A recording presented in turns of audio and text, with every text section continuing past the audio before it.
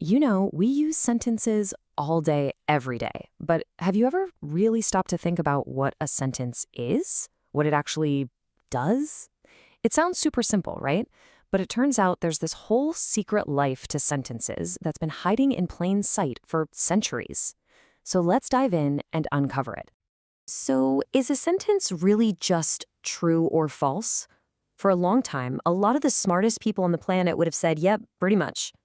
In the world of formal logic, a sentence was basically just a little box that could hold one of two things, true or false. That's it. But what if that's not the whole story? What if there's so much more going on? What if a sentence is way more than just a simple fact checker? All right, so here's the game plan for our little investigation. We're going to start with the old school view and then see how this really radical new idea just completely flipped the script. We'll uncover the secret world of situations, see how it cracks some ancient puzzles, but also, check its limits. And then we'll wrap up by asking what this all really means for meaning itself. Okay, so first things first, before we can get to the really revolutionary stuff, we gotta understand what they were rebelling against. The old guard. For a really long time, the way people thought about what a sentence means was, it was through a pretty specific and honestly a pretty narrow lens. And here it is, the big one, Frege's principle. This came from a brilliant logician named Gottlob Frege, and his idea was kind of wild when you think about it. He said that a sentence like, "the sky is blue," isn't really about the sky. Nope, it's just a fancy name for the concept of true. And a sentence like, "the sky is green," that's just another name for false. So in this world, sentences aren't pointing to stuff out there. In reality, they're only pointing to one of these two abstract ideas. That's their entire job. But then, some philosophers and logicians started to get this nagging feeling. This idea, it just felt a little thin, a bit empty. It just didn't seem to capture the richness of what we actually do with language, right? So this feeling grew into a direct challenge. It was time to reject that core principle. And you can see the split perfectly right here. On one side, you've got the old Fregean principle. Sentences are just names for true or false. Simple. But on the other side, this is where it gets exciting. In this new, non-Fregean world, sentences get their secret lives back. They have something called semantic correlates, which is just a fancy way of saying they have something they're actually about. They can finally refer to real things out in the real world. And this right here, this is the question that just blows the whole thing wide open. Okay, so if a sentence isn't just a boring label for a truth value, then what is it a label for? If it's pointing at something, what is that something? Well, the answer, that secret ingredient we've been talking about, the thing that gives sentences all this rich new meaning, it's this incredibly simple but really powerful idea, the situation.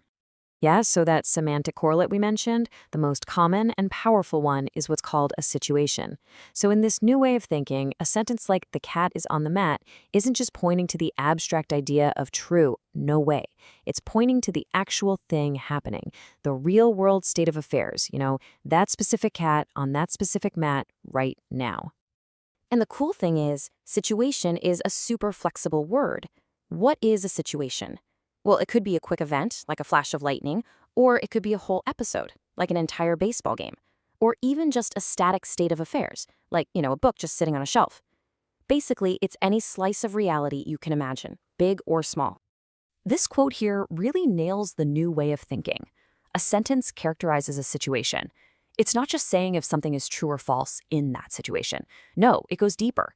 It describes the situation. It paints a picture of that little slice of reality.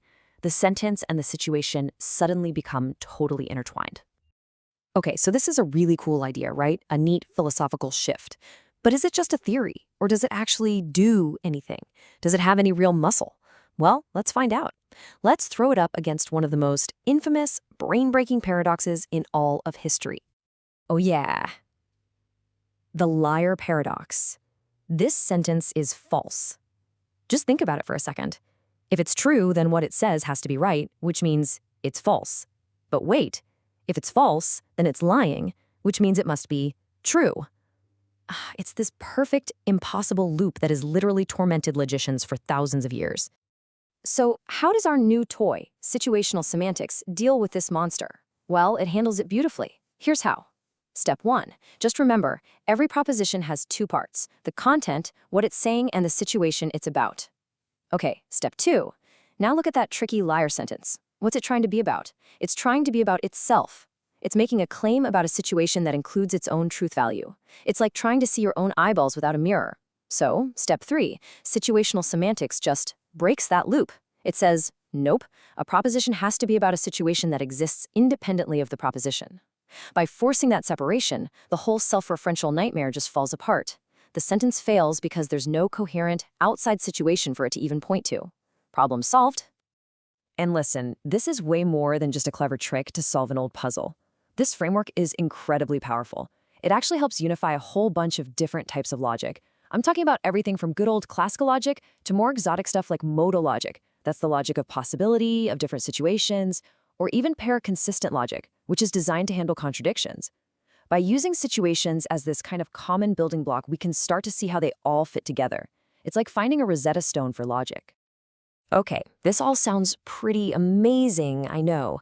But any good investigator knows you have to pick the tires a bit. You gotta ask the tough questions. So, is this situational paradigm some kind of silver bullet?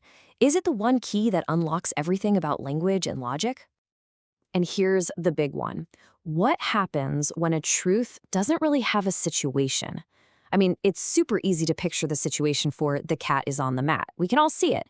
But what's the situation for something like 2 + 2 = 4?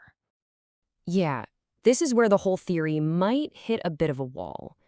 There's a strong argument that when you get into purely abstract worlds, like mathematics, the idea kind of breaks down. Does a hard mathematical fact like 2 + 2 = 4 really point to a situation in the same way? Or is it a different kind of truth altogether? Maybe it's just true, period. It's a really important debate, and it shows us that, hey, this model might have its limits. So after going through all this, you might be wondering, okay, what's the big deal? Why does this secret life of sentences actually matter? Who cares if it's pointing to a truth value or a situation? Well, here's the crucial point. It matters because it completely changes how we think about what language is. It takes us out of this sterile black and white world of just true and false and drops us into a world that's vibrant and full of color. Sentences aren't just for stating facts anymore. They're tools for pointing to little worlds, to slices of reality. They don't just state facts, they point to worlds. And once you realize that sentences have this secret, richer, deeper life, it kind of makes you wonder, doesn't it?